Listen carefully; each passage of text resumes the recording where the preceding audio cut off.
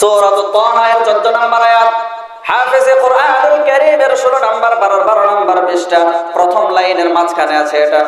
রব্বে কারীম বলেন, ইন্নানি আনাল্লাহ, নিশ্চয় আমি আল্লাহ, লা ইলাহা ইল্লা আনা ফা'বুদনি, আমি ছাড়া কোনো ইলাহ নাই। হাদিস শরীফে আল্লাহ রাসূল সাল্লাল্লাহু আলাইহি ওয়াসাল্লাম বলেছেন, আকরাবু মা ইয়াকুনুল আবদু মির রাব্বিহি ওয়া হুয়া সাজিদ, বান্দা সিজদারত অবস্থায় তার রবের সবচেয়ে নিকটবর্তী হয়ে যায়। সুবহানাল্লাহ। ও মুসলমান, এই নামাজ শুধু আমরাই পড়ি না, দুনিয়াতে যত মাখলুক আছে সকল মাখলুক আল্লাহ পাক রব্বুল আলামিনের দরবারে নামাজ আদায় করে। শেখ আব্দুল আজিজ মুহাদ্দিস দেহলভী রাহমাতুল্লাহি আলাইহি বলেন, প্রত্যেক সৃষ্টিজীবের নামাজ তার সৃষ্টির অনুকূলে রাখা হয়েছে। কারণ নামাজের ভিতরে শুধু কিয়াম আছে, কারণ নামাজের ভিতরে শুধু কিয়াম আছে। যেমন গাছপালা সর্বাবস্থায় ঠায় দাঁড়িয়ে আল্লাহ পাক রব্বুল আলামিনের জিকির করতেছে, তাসবিহ পাঠ করতেছে। মুফাসসিরিন কেরাম লেখেন, গাছের জন্য এটাই হচ্ছে আল্লাহর কাছে নামাজ। সুবহানাল্লাহ। আর দোস্ত, কারণ নামাজের ভিতরে শুধু রুকু আছে, কারণ নামাজের ভিতরে শুধু রুকু আছে, সিজদা নাই, কিয়াম নাই, কওদা নাই। যেমন চতুষ্পদ জন্তু, গরু, ছাগল, ভেড়া, মহিষ, এই সব কিছু সর্বাবস্থায় রুকুর হালত থেকে আল্লাহ পাক রব্বুল আলামিনের জিকির করতেছে। সুবহানাল্লাহ। ও দোস্ত, কারণ নামাজের ভিতরে শুধু সিজদা আছে, কিয়াম নাই, কওদা নাই। যেমন সাপ, বিচ্ছু, কীট পতঙ্গ সর্বাবস্থায় আল্লাহ পাক রব্বুল আলামিনের জিকির করতেছে, সিজদার হালতে জিকির করতেছে। আর এটাই হচ্ছে আল্লাহর কাছে নামাজ। ও দোস্ত, কারণ নামাজের ভিতরে শুধু তাশাহুদের হালত আছে, তাশাহুদের হালতে হাঁটু গেড়ে বসে আছে। যেমন পাহাড় পর্বত সর্বাবস্থায় হাঁটু গেড়ে আল্লাহ পাক রব্বুল আলামিনের দরবারে নামাজ আদায় করতেছে।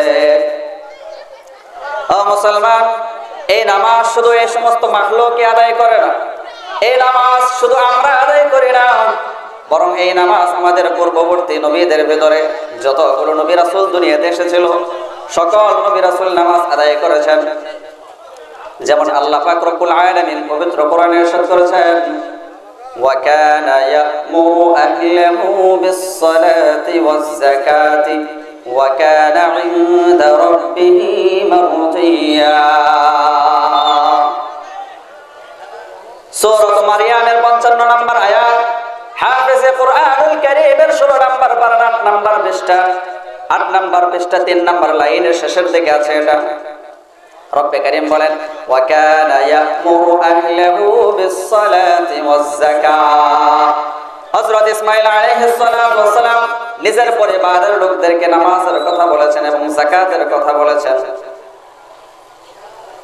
অন্য আয়াতে রব্বে কারীম ইরশাদ করেন মুসা আলাইহিস সালাতু ওয়াস সালাম সম্পর্কে, ইন্নানি আনাল্লাহ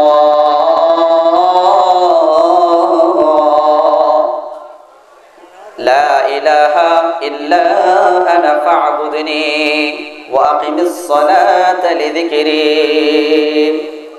সূরাতুত তাহা এর 14 নম্বর আয়াত, হাফেজে কোরআনুল কারীমের 16 নম্বর 12 নম্বর পৃষ্ঠা প্রথম লাইনের মাঝখানে আছে এটা। রব্বে কারীম বলেন, ইন্নানি আনাল্লাহ, নিশ্চয় আমি আল্লাহ, লা ইলাহা ইল্লা আনা ফা'বুদনি, আমি ছাড়া কোনো ইলাহ নাই, আমি ছাড়া কোনো খালেক নাই, ইবাদতের উপযুক্ত কেউ নাই। ফা'বুদনি, সুতরাং আমার ইবাদত করো। ইবাদত করব কার জন্য? মুসলমানের আওয়াজে বলতে হবে, ইবাদত করব কার জন্য? আল্লাহর জন্য। মুসলমানের আওয়াজে জোরে করে বলতে হবে, ইবাদত করব কার জন্য? ইবাদত করতে হবে একমাত্র আল্লাহ পাক রব্বুল আলামিনের জন্য। এরপর আল্লাহ তাআলা বলেন, ইন্নানি আনাল্লাহু লা ইলাহা ইল্লা আনা ফা'বুদনি ওয়া আকিমিস সালাতা লিযিকরি, এবং আমার শরণার্থে তুমি নামাজ কায়েম করো, নামাজ আদায় করো। এরকম ভাবে হযরত ইব্রাহিম আলাইহিস সালাতু ওয়াস সালাম সম্পর্কে পবিত্র কোরআনুল কারীমের মধ্যে রব্বে কারীম জানিয়ে দিয়েছেন, রব্বি জাআলনি মুকিমাস সালাতি ওয়া মিন যুররিয়্যতি রব্বানা ওয়া তাকাব্বাল দুআ। সূরা ইব্রাহিমের 40 নম্বর আয়াত, হাফেজে কোরআনুল কারীম পৃষ্ঠা 10 নম্বর লাইনের মাঝখানে আছে এটা। রব্বে কারীম জানায় দেন, রব্বি জাআলনি মুকিমাস সালাতি ওয়া মিন যুররিয়াতি। ইব্রাহিম আলাইহিস সালাতু ওয়াস সালাম আল্লাহর কাছে দোয়া করলেন, আল্লাহ রব্বি জাআলনি মুকিমাস সালাতি, হে আল্লাহ আমাকে নামাজ কায়েমকারী বানান, ওয়া মিন যুররিয়াতি, এবং আমার সন্তানদেরকে নামাজ কায়েমকারী বানান।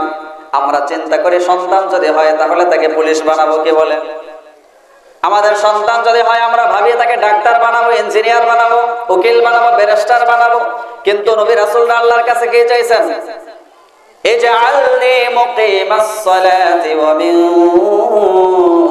যুররিয়াতি, হে আল্লাহ আমাকে নামাজ কায়েমকারী বানাও।